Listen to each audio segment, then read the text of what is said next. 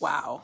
So, hey Facebook and hey Instagram. It's been a while since I've been on, but I've been challenged by many to come back on and to share.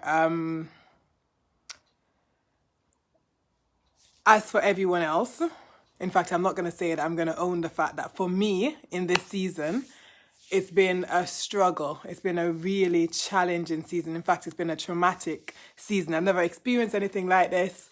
I was never prepared for anything like this. I wasn't taught how to journey the experience I've just had. I won't go into a lot of details, but I lost my mom, lived with her before she passed, and she passed in September. And there's been a lot that's happened over the last probably month and a half that's brought me back to life. So before, hey B, so just as she passed, there was a numbness that I couldn't express because I was still functioning, I was still being that the person that I am, still doing everything that I needed to do. But there was a numbness. I don't even feel the need to explain it, but just to say there was a numbness. So I went away for a while, came back, and it was kind of like, let's go away and sort yourself out. I'll sort myself out. Hey, Sister Andrea. And I'll come back and I'll be a mom and I'll be a business owner and I'll kickstart my business again and I'll do the coaching, the mentoring, and I'll run Let's Dream. And I had all this vision, hey, Janelle, that I was going to just come back after losing my mom and just go back to normal because death is a normal part of life. And I've always done that, hey, she, and I've always stuff happened and I bounced back. So yeah, I was gonna bounce back, but that just wasn't the case of how it was happening. And I was trying everything I once knew when I was Hayden, and I was just trying to do everything that I could do just to get back to normal. And different people had different stuff, it's gonna take you a long time, you're never gonna get over it, so forth and so on. And I was like, okay, fine, but I'm different, And in that process, I just saw, hey, Pastor Patson, I just saw my hope just dwindling, my excitement for life, my drive, my passion, just dwindling down. I couldn't shake it. I couldn't shift it. I couldn't make myself feel better. And round about the end of November, I started exercising. So there's no way you could have told me, even though I've read the books, even though I've seen the different things, I started exercising and there was a shift. So before that, I had people praying, I had people ringing with encouraging words. I wasn't being rude or shut off to what people were saying, but it was just, it wasn't going in, it wasn't sinking in. I prayed prayers, I've always prayed, I prayed prayers, I've read in book, I just did everything I knew how to do to get myself back on track, but I just couldn't. And I went to this exercise class, and during, I think probably my third, maybe fourth week in it, I came up against like a wall. They were doing press-ups, and I hate press-ups. They're not my favorite thing. I'm trying to change my mind concerning that. And I was doing the press-ups and I couldn't keep up with the class, and I just couldn't do it. I couldn't do it.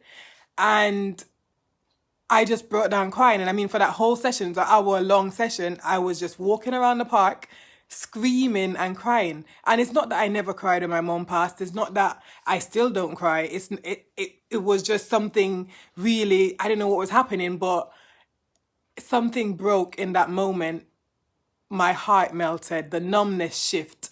And it was just something completely different. And in that moment, or after that time, I was then open to what God wanted to do. After that time, I was open to the love that people were giving. After that time, I was open to just that. The breakthrough just started happening, and me understanding that, do you know what, I'm actually disappointed with God in this situation. Like, why is it like that? I have no answer, I have no explanation, but I did everything that I could possibly do at that time, and everybody else around was doing everything that they could do. And I had to go back and look at the process of mum going, and look at the experiences that she had, and look at the fact that God was in the middle of it.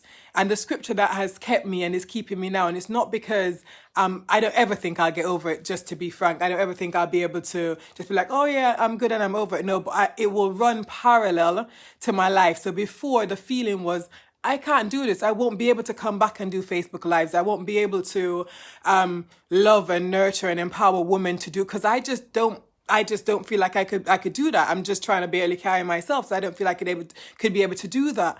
And the moment that I opened up to what God was doing in the middle of the storm, in the middle of this heavy thing that I felt like I had to carry by myself, in the middle of this challenge, is the moment I got to see that, you know what? We're going to go through stuff. And I've read the scripture. I've said it many times. Let me tell you what, the one thing I've definitely gained and I'm gaining or grasping hold of is not just compassion and not just wisdom, but so much grace for the journey that we're called to do, and how God is completely shifting my perception of Him in this time as to what I feel like I needed to do to be His daughter and to still go back into this. And someone said to me, oh, do you want to come and speak at this event? And I'm like, yeah. And then I'm like, nah, Patrice, you shouldn't be, jumping into that. And I had to process, because I could easily, normally anyway, just jump into being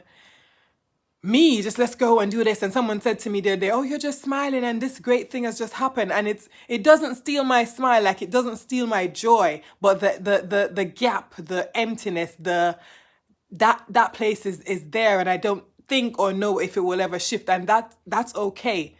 That's okay for me. But what I'm getting at is the fact that it shouldn't stop me from dreaming. It shouldn't stop me from doing the very things that my mom enjoyed me doing and encouraged me in doing and made her so proud, because I was just tenacious and passionate and just went after things with my whole heart and loved serving others. And that's her through me, so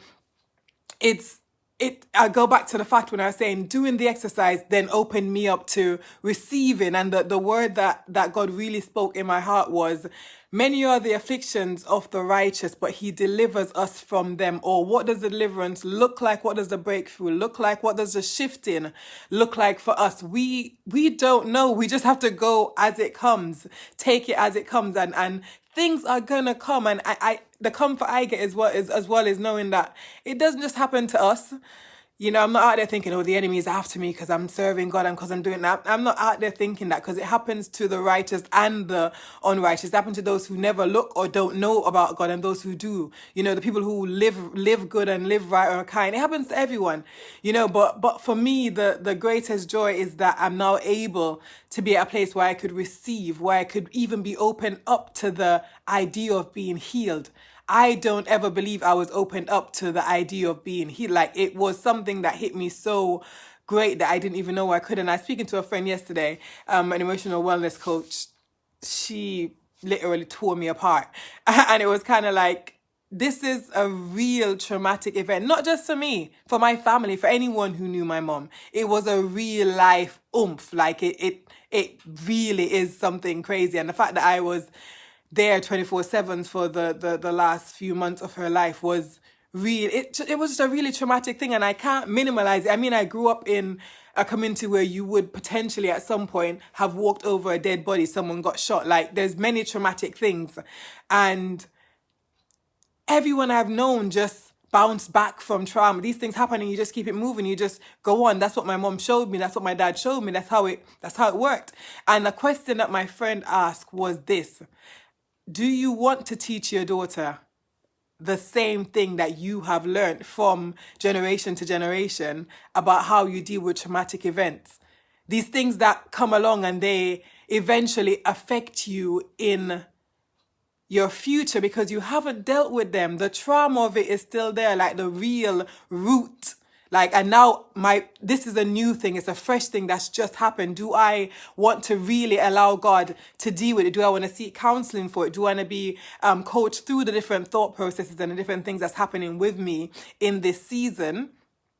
Or do I want to leave it and let it fester? And then later on, I realize I have issues in every other area of my life. So I've taken ownership of the trauma that I'm going through. I've taken ownership of the pain and the different things that I'm going through. And the most important part of this is it doesn't stop me from being me, because I couldn't I couldn't like see how I could still be me. I could still live and enjoy life. I could still serve in the things that I'm called to serve and still be grieving and still be healing and still be going through that. I couldn't, the two just never merged for me. It just seemed impossible for me to still, like, I could either shut down and stop being who I am and just cry day in and day out at the fact that my mom is not here, or I could accept the fact that this really is a crappy thing and it hurts and I'm actually going through it, and the pain is real, the sadness is real, the hurt is real, but I don't want to become a zombie over here in this part of my life, which it was the case, because I was just literally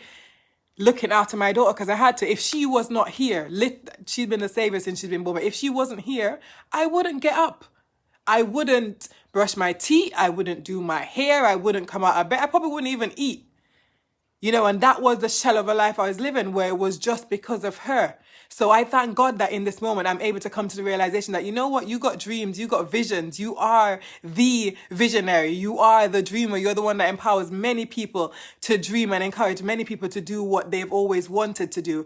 And Let's Dream is going on. Like, I'm gonna do Let's Dream. I'm gonna do the things that I've been created to do whilst I heal. So I'm just encouraging someone who may have stopped living because of the things that you've been through. Many people that I've known have lost so many loved ones. This is crazy. And it's like, for me, even before then, just hearing of different people going just seems so like trauma. I was like, what? Why are so many people going? And it puts you in a panic state of, oh my God, like, what's going on in the world, you know? But I'm just so glad that I have a faith. Not everybody's got a faith, but I've got a faith. And the fact is, I don't believe that we are in control of what happens. So I can't see why we should live in a space of anxiety or constant fear and constant just not doing because we may not live, or not doing because what's the point of doing anything? What's the point of working? What's the point of like everything is shut down and it might be like this for the rest of our life, and the people that control stuff might, and the people, like, I'm so into impacting and influencing and serving the little group, the one person, my daughter, my sisters, my brother, like the little amount of people, as small amount of people as I can impact and influence and release hope into and empower. That's what I want to do. If I got one day, I'm gonna do that. If I got 50 years, I'm gonna do that. I'm not gonna live as a shell of myself. So it is painful, and the nights come when I ain't doing this, where I ain't writing something and I'm not speaking to someone or praying for someone or blessing someone, and I got to deal with me. I got to deal with my emotions. I got to deal with my broken heart. I got to deal with the stuff that are there, like, really hurting. But I can't say because I feel this hurt, I'm not gonna serve.